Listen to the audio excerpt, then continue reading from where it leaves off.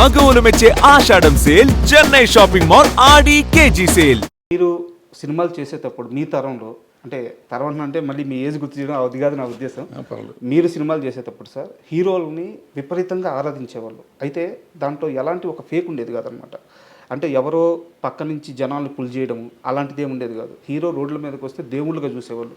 కృష్ణ గారిని కానీ, ఎన్టీఆర్ గారు కానీ, ఏఎన్ఆర్ గారు కానీ వాళ్ళందరినీ కూడా నిజంగా దేవుళ్ళలాగే చూశారు. అదంతా చాలా రియలిస్టిక్గా, చాలా రియాలిటీగా జరిగిన సందర్భం అది. బట్ ఈరోజు ఇండస్ట్రీలో పరిస్థితి చూస్తే యూట్యూబ్లో పాటలకి వ్యూస్ కొంటున్నామని చెప్పి నిర్మాత చెప్తున్నారు, ట్రైలర్ వ్యూస్ కొంటున్నామని చెప్పి నిర్మాత చెప్తున్నాడు.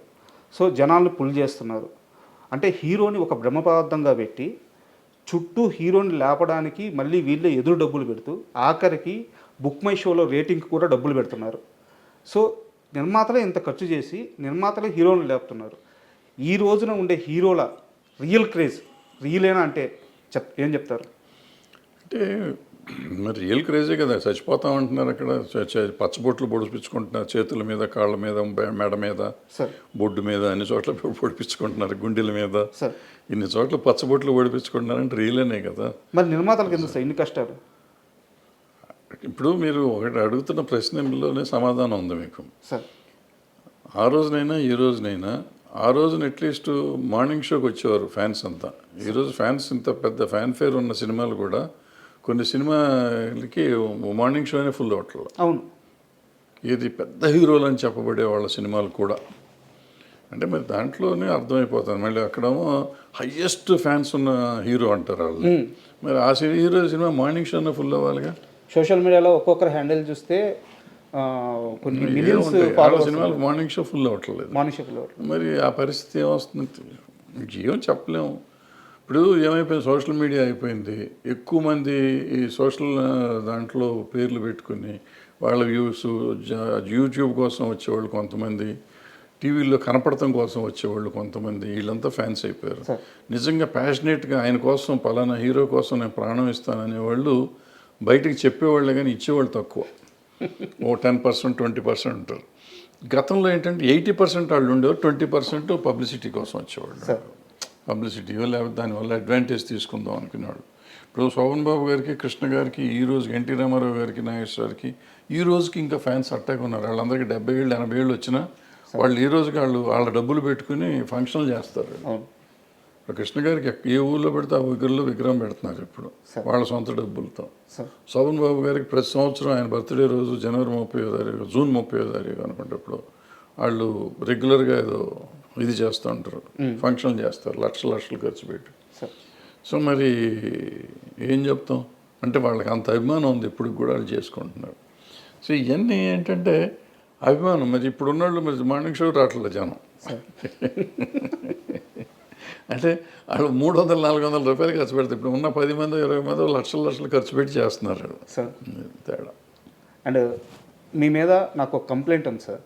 ఆ కంప్లైంట్ అంటే అది నాది కరెక్టేనా, లేదు నువ్వు తప్పుగా అర్థం చేసుకున్నావు రాజా అంటారా? నేను అడుగుతాను, మీరు చెప్పండి దానికి. దాసరి నారాయణరావు గారు సార్ ఇండస్ట్రీకి పెద్ద దిక్కు.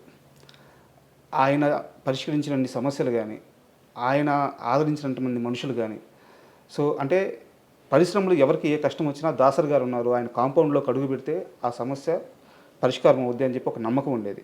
అయితే దాసరి గారి చుట్టూ ఒక కొంత వలయం ఉండేది మీలాంటి వాళ్ళు. ఆ సమస్యల్ని ఫస్ట్ విని ఫిల్టర్ చేసి దాసరి గారి దగ్గరికి తీసుకెళ్ళింది మీలాంటి వాళ్ళే, 3-4 ఉన్నారు. సో ఇక్కడ అన్ని వింగ్స్ గురించి మీకు ఒక అవగాహన ఉంది. ఈ రోజున ఇండస్ట్రీలో దాసరి గారి స్థానాన్ని ఎవరు రీప్లేస్ చేయలేరు. అది నేనే కాదు, మీరు కాదు, అందరూ చెప్తున్నమాట. ఎందుకంటే స్టార్స్ ఉన్నారు కానీ చిన్న చిన్న కార్మికుల కోసం సమయాన్ని వెచ్చించలేరు వాళ్ళు అని చెప్పి ఉన్నారు. నా కంప్లైంట్ ఏంటంటే మీ విషయంలో చిరంజీవి గారితో మీకు క్లోజ్ అసోసియేషన్ ఉంది, బాలకృష్ణ గారితో క్లోజ్ అసోసియేషన్ ఉంది, మోహన్ బాబు గారితో క్లోజ్ అసోసియేషన్ ఉంది. సార్ ఇక్కడ ఇండస్ట్రీ అంటే ఏంది అనే పరిస్థితి నిజంగా సమాధానం లేదు. ఇండస్ట్రీ అంటే ఎవరంటే చెప్పే సమాధానం లేదు. ఈరోజు మీకు అన్నిటి మీద అవగాహన ఉండి వీళ్ళందరితో ఒక పరిచయం ఉండి మీరు ఎందుకు వీళ్ళ ముగ్గురులో ఎవరో ఒకరు పక్కన చేరి మనం చూసుకుందాం, నేను చూసుకుంటాను, మీ స్టార్ పవర్ అండగా ఉంటే నేను ఫీల్డ్ వర్క్లో నేను చూసుకుంటానని చెప్పేసి అన్ని విషయాల మీద అవగాహన ఉన్న మీరెందుకు కామ్ అయిపోయారు సార్? ఇది సర్వీస్ చేయటానికి ఎఫోర్డబిలిటీ ఉండాలి సార్. నేను ఇందాకే చెప్పాను, ఫస్ట్ క్వశ్చన్లోనే చెప్పాను, జీవితం నిజ జీవితం వేరు, ఈ మీరు మాట్లాడుకోవటం వేరు. సార్ ఇప్పుడు మీరు నలుగురికి నేను అవైలబుల్గా ఉండాలి, సార్ 100 మందికి అవైలబుల్గా ఉండాలి. సార్ దాసనారాయణరావు గారి ఇంట్లో రోజు ఒక 100-200 కాఫీలు టీలు పెట్టేవారు.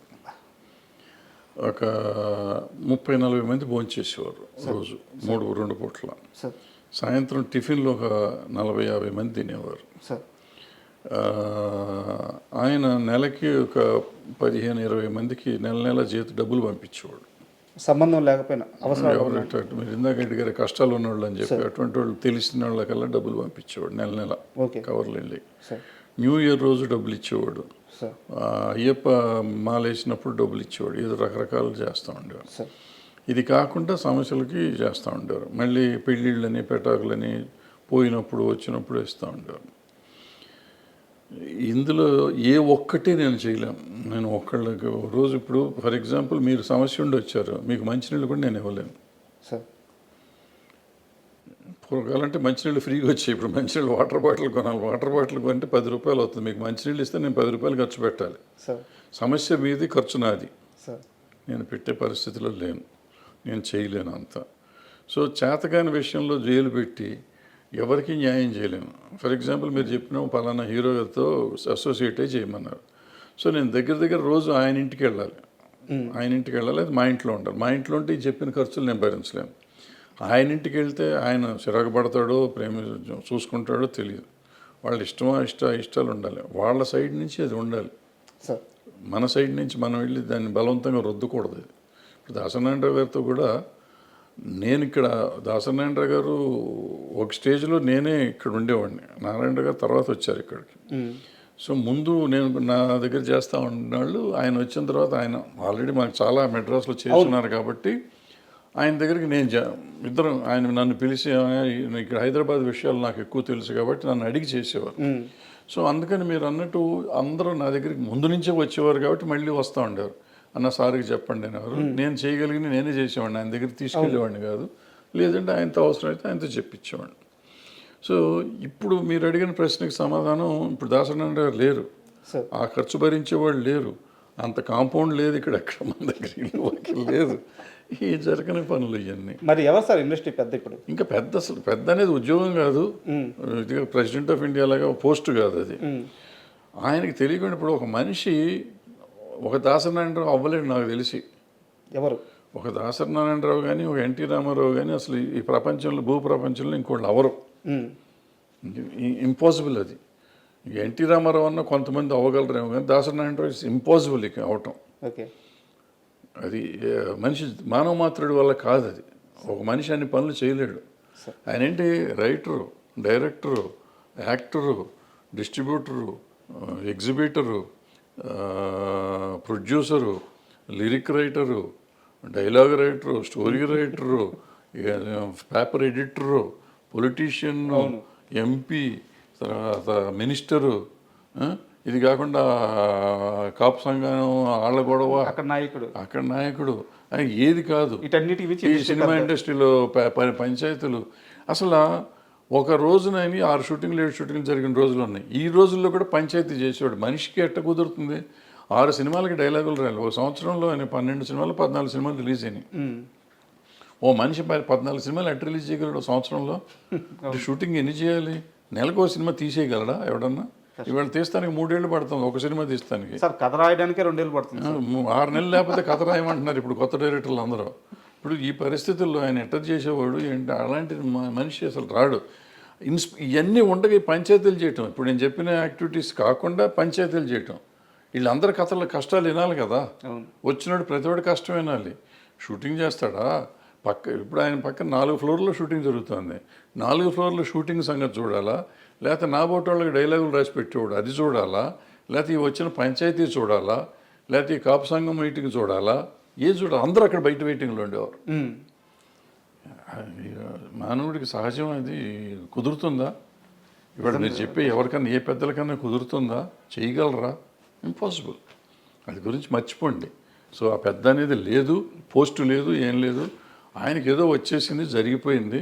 ఇంకెప్పుడు జరగదు ప్రపంచంలో. అది ఆయన తెచ్చుకుంది కాదు, తెచ్చుకుంది కాదు, ఆయన స్వభావం వల్ల, ఆయన మంచితనం వల్ల అది వచ్చింది. స్వభావం వల్ల వచ్చింది ఆయన. ఇప్పుడు నేనే వెళ్ళాను, సినిమా ప్రాబ్లం వస్తే ఆయనకి నాకు పరిచయమే లేదు, వెళ్ళిపోయి అన్నాడు, ఏదో ఆయన చేసి పెట్టేవాడు. సో అట్లా ఎవరు మళ్ళీ వస్తారని అనుకోవటం దురాశ, జరగదు. సార్ అంటే ఇప్పుడున్న పరిస్థితుల్లో ఫిల్మ్ జర్నలిజం గురించి నాకు ఒక క్వశ్చన్ సార్. అంటే మీరు జర్నలిజాన్ని చూస్తున్నారు, ఫిల్మ్ జర్నలిజాన్ని చూస్తున్నారు, మీడియాతో మీకు అసోసియేషన్ ఉంది, మీరు కూడా వర్క్ చేస్తున్నారు. ఇప్పుడున్న ఫిల్మ్ జర్నలిజం చూస్తుంటే మీకు ఏమనిపిస్తుంది సార్? అంటే ఈ రివ్యూ సిస్టమ్ కానీ, అంటే జర్నలిజం కాదా అంటే కాదు. ఇప్పుడు ముందంటే ఏదో 4 పేపర్లు ఉంటే జర్నలిజం అనేవాళ్ళం సార్.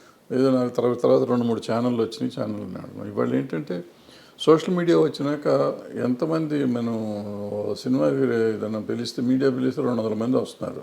వీళ్ళంతా జర్నలిస్టులే అంటే జర్నలిస్టులే అంటున్నారు. సో ఇది ఏది జర్నలిజం ఏది కాదు, జర్నలిజం మీద మనం డిస్కషన్ పెడతానికి లేదు. What is journalism, what is reporting అనే డిస్కషన్ వస్తే దానికి ఉండే తేడా దానికి ఉంది, దీనికి ఉండే తేడా ఉంది, వాట్ ఈజ్ రివ్యూ వేరే ఉంది. సో ఇవన్నీ మాట్లాడుతామంటే అది వేరే చర్చ అది. సో వీళ్ళల్లో ఎవరు రివ్యూవర్స్ కాదు, వీళ్ళు ఎవరు క్రిటిక్స్ కాదు, వీళ్ళలో మెజారిటీ, అందరూ కాదు, అందులో కొంతమంది నిజమైన క్రిటిక్స్ ఉన్నారు, నిజమైన రివ్యూవర్స్ ఉన్నారు. సో వీళ్ళందరినీ మనం సీరియస్గా తీసుకోవటం అనవసరం. ఎందుకంటే వాళ్ళు యూట్యూబ్ వచ్చినాక అది అందరికీ కొంతమందికి ఉపాధి అయిపోయింది. ఎక్కువగా యూట్యూబ్లో నెగిటివిటీ వస్తే డబ్బులు ఎక్కువ వస్తాయి. సో ఎక్కువ మంది నెగిటివ్ రాయటానికి ఇష్టపడతారని డబ్బులు వస్తాయి. పాజిటివ్గా మాట్లాడితే డబ్బులు రావు. ఏదైనా మంచి చెప్పామనుకోండి, బాబు మీరు ఇట్లా ఉండకూడదు అని చెప్పామనుకోండి, ఎవరు చూడరు. ఇట్లాగే ఉండాలని చెప్పామనుకోండి, అందరూ బ్రహ్మాండంగా ఉంటుంది. దీనికి ఇంటర్లింక్గా ఇంకో క్వశ్చన్ ఉంది సార్. మీకు ఇండస్ట్రీలో పిఆర్ వ్యవస్థ గురించి ఐడియా ఉంటుంది. రీసెంట్గా సితారా నాగవంశీ గారు మాట్లాడుతూ పిఆర్స్ మమ్మల్ని బ్లాక్మెయిల్ చేస్తున్నారు. అంటే సార్ మనం ఆ పని చేయకపోతే సినిమాకి బ్యాడ్గా రాస్తారు, సార్ మనం వాళ్ళకి బ్యాన్ ర్యాట్స్ ఇవ్వకపోతే సినిమాకి బ్యాడ్గా రాస్తారు, సార్ మనం ఈ ఫంక్షన్ చేయకపోతే సినిమాకి బ్యాడ్గా రాస్తారు అని ఆయన ఓపెన్గా చెప్తున్నారు. పిఆర్ వ్యవస్థ నిర్మాతలను బ్లాక్మెయిల్ చేస్తుంది, వీళ్ళ పోడు పర్లేక మేము అదనంగా ఇంకో 30-40 లక్షలు ఖర్చు పెట్టాల్సి వస్తుంది. అంటే ఏ నిర్మాతకు కూడా ఇప్పుడు ఆయన మాటల ప్రకారం నిర్మాతలకి పిఆర్ వ్యవస్థను కానీ, ఈ ఫిల్మ్ జర్నలిజంలో సోకాల్డ్ జర్నలిజం అని చెప్పుకుంటున్న వాళ్ళని కానీ ఎంటర్టైన్ చేయాలని ఏ నిర్మాతకి లేదు. అంటే నిర్మాతలను బ్లాక్మెయిల్ చేసే స్టేజ్కి ఈ పిఆర్ వ్యవస్థ కానీ ఫిల్మ్ జర్నలిజం కానీ వెళ్ళిందే? అసలు ఆ మాట తప్పది. ఇప్పుడు బ్లాక్మెయిల్ చేయబడే పరిస్థితులు నేను ఉన్నానా లేదా? నేను ఒక నిర్మాతగా నా కంటెంట్ని నేను నమ్మాలి సార్. నేను ఎవరిలో చెప్పిన మాట విని చేయాల్సిన అవసరం లేదు. నాకు అవగాహన ఉండాలి. నేను సినిమా తీసినప్పుడు నేను ఇది చేస్తే ఇది ఉంటుంది, ఇది చేస్తే ఇది ఉంటుంది. సలహాలు తీసుకోవటం తప్పులేదు, సలహాలు ఎవరైనా చెప్తే వినటం తప్పులేదు. బట్ సలహాని ఎంతవరకు మనం వాడుకోవాలి అనేది మనం ఆలోచించుకోవాలి. పిఆర్లు ఏదో చెప్తూ ఉంటారు. ఇప్పుడు ఏమవుతుంది, ఇప్పుడు నేను ఏం చేస్తాను, సినిమా తీశాను అనుకున్నాను ఫర్ ఎగ్జాంపుల్. ఆ సినిమా తీసినాక ఒక సినిమా ఫ్లాప్ అయింది. ఫ్లాప్ అయితే నీ బోటోడు వచ్చి సార్ మీరు సరిగ్గా ప్రమోట్ చేయలేదు సార్ అంటాను. సరిగ్గా ప్రమోట్ చేయలేదంటే నేనేమంటాను, పిఆర్ని పట్టుకుని నువ్వు సరిగ్గా పిఆర్ చేయలేదురా అంటాం. పిఆర్ చేయలేదంటే ఆ పిఆర్ ఏమంటాడంటే నువ్వు అదిగో అక్కడ కవర్ ఇవ్వలేదు, లేదా ఇక్కడ నువ్వు ప్రీ రిలీజ్ ఫంక్షన్ పెట్టలేదు, లేదంటే ఆడియో ఫంక్షన్ పెట్టలేదు, ఏదో పెట్టలేదు, పెట్టుంటే పబ్లిసిటీ అయ్యేది, లేదంటే సోషల్ మీడియా వాళ్ళకి డబ్బులు ఇచ్చి ఉండాల్సింది, లేకపోతే నువ్వు ఇందాక చెప్పినట్టు ఆడియో కొని ఉండాల్సింది, వ్యూవర్షిప్ కొనాల్సింది, ఇటువంటి రకరకాలు ఏదో చెప్తూ ఉంటారు. ఇవన్నీ చేసినప్పుడు మిలియన్స్ ఆఫ్ వ్యూస్ వచ్చిన సాంగ్స్ వచ్చిన సినిమా ఉంది, దానికి ఓపెనింగ్ రాని సినిమాలు చాలా నేను చెప్పగలను, పేర్లు చెప్పగలను. మరి ఎందుకు రావట్లేదు అంటే ఏది బ్యాడ్ టాక్ అంటారు, బ్యాడ్ రివ్యూస్ అంటారు. మనకి మొన్న వచ్చిన కల్కి సినిమా ఉంది, 2.5 ఇచ్చారు చాలామంది, బ్యాడ్ రివ్యూ కూడా ఉంది. మరి అది చాలా 1200 కోట్లు 1300 కోట్లు చేసిందిగా. మరి ఎందుకు చేసింది? దేవరా సినిమా పోయిందన్నారు, దానికి 2.5 ఇచ్చారు, మరి అది 300-400 కోట్లు చేసిందిగా. సో ఇవన్నీ రివ్యూలను చూసి వస్తారు జనం, రివ్యూలు చూస్తే రారు, లేకపోతే పిఆర్ చెప్తే చేశాడు అనేది. మనం మన సినిమా తీసి సార్ వర్షం వచ్చినందుకు నాకు కలెక్షన్ లేవు, ఎండ ఎక్కువగా ఉంది కలెక్షన్ లేవు, మరి పక్క థియేటర్లో సినిమా ఫుల్ అవుతుంది, పక్క థియేటర్లో సినిమా ఫుల్ అవుతుంది, నా థియేటర్లో ఫుల్ అవట్లా. నా సినిమాకి ఎండ, నా సినిమాకి వర్షం వస్తుంది, కానీ పక్క సినిమాకి ఎండ వర్షం రాదా? సో ఇవన్నీ మనం వంకలు పెట్టుకున్నాం, వంకలైనా మాకు డొంకంతా తిరిగింది అంటారు. అది ఇది అంతా. అండ్ పిఆర్లు తప్పేం లేదు. పిఆర్లు వాళ్ళు పాప మంచి చేయాలని అనుకుంటారు. ఏమవుతుంది, పక్క సినిమాకి వాళ్ళ పాత ఇంకో పిఆర్ అది చేసి ఉంటాడు. అది చేసినప్పుడు ఆ సినిమా లక్కీగా ఆడి ఉంటుంది. పిఆర్ చేసినందుకు ఆడతారు. ఫస్ట్ మనం తెలుసుకోవాల్సిన ప్రొడ్యూసర్గా ఎవ్వరు చెప్పింది జరగదు, మనం చెప్పింది జరుగుతుంది, మనం అనుకున్నదే జరుగుతుంది. మనం అనుకోవాలి, మనం డిజైన్ చేసుకోవాలి, ప్రతిదానికి మన ఇన్వాల్వ్మెంట్ ఉండాలి. Sir master of the film, master of the product you should be the producer. Sir అది అయితే ఇవన్నీ రావు. ఇవన్నీ secondary. Course hero centred industry, hero మూలన నీకు ఓపెనింగ్ వస్తుంది. బట్ ఆ సినిమాలో కంటెంట్ లేకపోతే ఏమి రాదు. ఆ కంటెంట్ ఎవరు ఎన్నుకోవాలి, నువ్వు ఎన్నుకోవాలి. లేదు నా హీరో నా మాట ఏం లేదు, ఆయన చెప్పింది నేను చేశాను, ఆయన డేట్ల కోసం నువ్వు ఎంపర్లాడినప్పుడు you are doing a businessman. నువ్వు when you are a business మ్యాన్గా నువ్వు చెయ్యి. ఇంకా నీ నువ్వు పిఆర్ని పెట్టుకున్నందుకేగా. ఇంకా పిఆర్ బ్లాక్మెయిల్ చేస్తున్నాడు అంటే ఎందుకు? పిఆర్ చెప్తాడు 30 లక్షలు కదా 50 లక్షలు ఖర్చు పెట్టమంటాడు, నువ్వు పెట్టు. లేకపోతే ఈ పిఆర్ని తీసి అసలు నువ్వే చేసుకో, ఎవడొద్దన్నాడు? దాని మీద కంప్లైంట్ ఇవ్వటం ఎందుకు? సార్ మొదటిసారి అంటే